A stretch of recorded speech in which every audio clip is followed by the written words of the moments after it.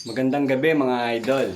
For today's video, lalagyan natin ng leg band yung mga inakay natin. Siyempre mga idol, bago natin kunin yung mga inakay, hawak muna tayo sa patuka. Anak to nung Project RF natin, lalagyan natin ng leg band. Tatlo to eh. Pinaposter ko yung isa. Ayan o. Paglagay ng leg band mga idol, ganito lang.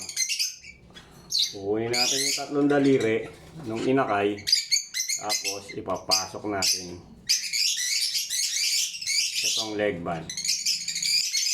Yun na mga idol oh. Ayan na oh.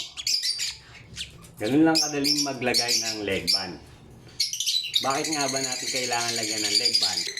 Dahil para matrace natin agad kung ano yung edad ng ibon at kung sino yung parent. At kailangan din may logbook tayo niyan.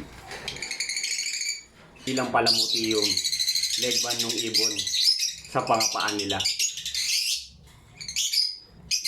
That's it. Bye!